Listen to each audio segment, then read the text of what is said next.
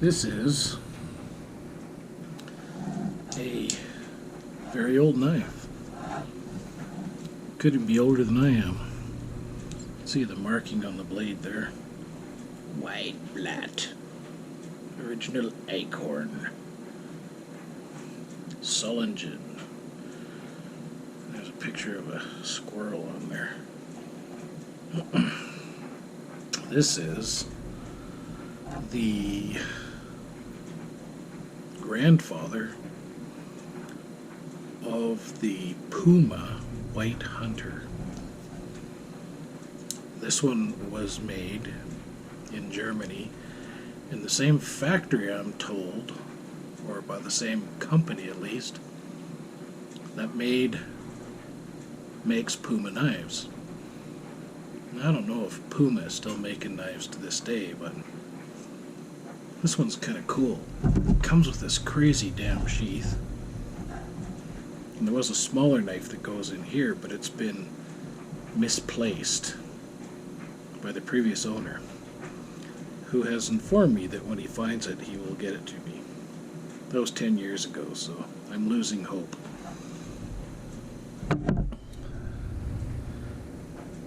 Apparently these things have some value, although I'm not sure what. I have taken it into the woods. It's a good knife for, you know, if you want to clear away some branches going into a trail. But it's an interesting knife. I don't have a big hand, so it's not the most comfortable. It's could almost be shaped better, you know, those edges are a little abrupt, but I kind of hate to mess with it because I think I would devalue it. But if it had a clip point, I think it would actually be a little more practical. But definitely a good camp knife, you know. Now this one here, this is another PUMA.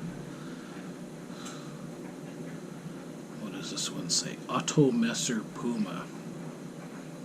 You can see it's got a little bit of oxidization on the copper there.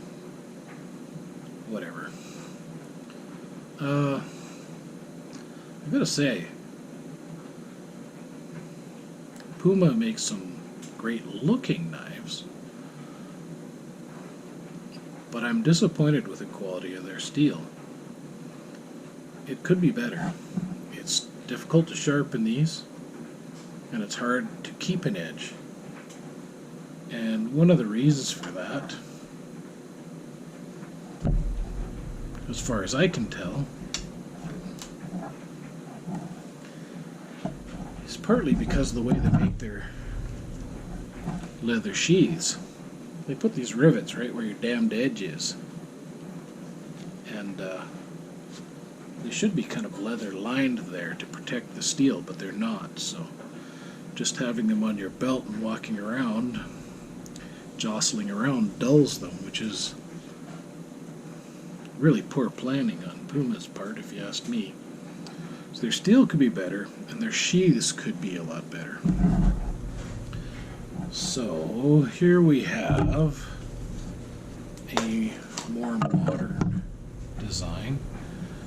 This one is PUMA's Hunter, handmade Skinner, 10RC, PUMA, Germany. It's a cool looking knife. This one actually seems to have slightly better steel.